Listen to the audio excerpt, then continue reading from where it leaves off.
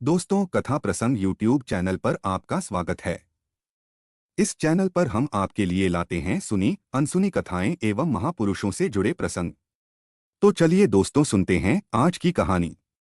रामायण के अनुसार जब रावण अपने अंतिम समय में था तो श्री राम ने लक्ष्मण को अपने पास बुलाया। श्री राम ने लक्ष्मण से कहा कि रावण नीति, राजनीति और शक्ति का महान ज्ञाता है। ऐसे समय में जब वह संसार से विदा ले रहा है, तुम उसके पास जाकर जीवन की कुछ शिक्षा लो। श्री राम की बात मानकर लक्ष्मण रावण के पास गए और रावण के निकट सिर के पास जाकर खड़े हो गए, लेकिन रावण ने कुछ नहीं कहा। लक्ष्मण ने लौटकर प्रभु श्री राम से कहा कि वे तो कुछ बोलते ही नहीं। तब श्री राम ने कहा, यदि किसी से ज्ञान प्राप्त करना है तो उसके चरणों के पास जाकर विनम्रता पूर्वक हाथ जोड़कर ज्ञान के लिए प्रार्थना करनी चाहिए, न कि सिर के पास। श्री राम ने लक्ष्मण से कहा, जाओ और रावण के चरणों के पास बैठो। यह बात सुनकर लक्ष्मण इस बार रावण के चरणों में जाकर बैठ गए और रावण से ज्ञान के लिए प्रार्थना की। तब रावण ने उन्हें ज्ञान की ये बातें बताईं। रावण की पहली शिक्षा थी शुभस्य शीघ्रम।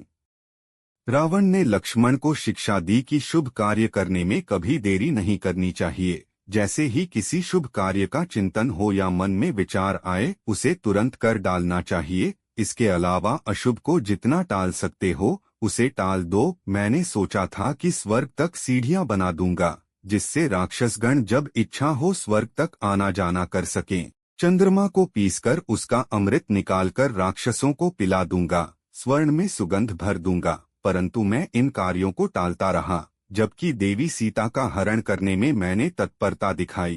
परिणाम तुम्हारे समक्ष है लक्ष्मण। न मैं स्वर्ग तक सीढ़ी बना सका, न राक्षसों को अमृत पिला सका और न ही स्वर्ण को सुगंधित कर सका, जबकि अपने अशुभ कार्य को करने में तत्परता दिखाकर मैं अब मृत्यु के समीप हूँ। रावण की दूसरी शिक्षा थी, शत्रु को कभी छोटा नहीं समझना चाहिए। लक्ष्मण को रावण ने जो दूसरी सीख दी वह यह थी कि कभी भी अपने प्रतिद्वंद्वी या शत्रु को स्वयं से छोटा या तुच्छ नहीं समझना चाहिए। रावण ने स्वीकारा कि यह उसकी सबसे बड़ी भूल थी, जो उसने श्री राम जी को नहीं पहचाना और वानरों और भालुओं को तुच्छ समझा। रावण ने कहा कि जब मैंने ब्रह्मा जी से वर मांगा था, तब उस वर में मैंने देव, असुर, यक्ष, नाग, गंधर्व सबसे अभय प्राप्त किया, परंतु मानवों एवं वानरों को तुच्छ समझकर अपने वर में इनसे अभय की आवश्यकता नहीं समझी। परिणाम तुम्हारे समक्ष है सुमित्रानंदन। इन्हीं मानवों, वानर और भालू सेना को तुच्छ समझकर मैं अपना सब कुछ नष्ट कर बैठा। रावण की तीसरी शिक्षा थी, रहस्य न बताओ। महाज्ञानी रावण ने लक्ष्मण को तीसरा ज्ञान यह दिया कि अपने गुप्त रहस्य कभी किसी को नहीं बताने चाहिए। जो आज तुम्हारा मित्र हो वह कल शत्रु भी हो सकता है। रावण ने लक्ष्मण से कहा कि मेरे मृत्यु से जुड़ा रहस्य यदि मैं किसी को नहीं बताता तो आज मेरी मृत्यु नहीं होती, लेकिन मैंने यह रहस्य अपने भाई विभीषण को बताया, जिसके कारण आज मैं मृत्युशैया पर पड़ा हूँ। रावण का चौथा उपदेश था, हमेशा अपने हितैषियों की बातें माननी चाहिए। रावण ने शिक्षा दी कि व्यक्ति को सदैव अपने शुभचिंतकों और हितैषियों की बातों को महत्व देना चाहिए, क्योंकि कोई भी हितैषी अपनों का बुरा नहीं चाहता। जब तक विभीषण मेरे साथ था उसने मुझे अधर्म से बचाने की बहुत चेष्टा की, परंतु मैंने अहंकारवश उसकी बातों को महत्व नहीं दिया।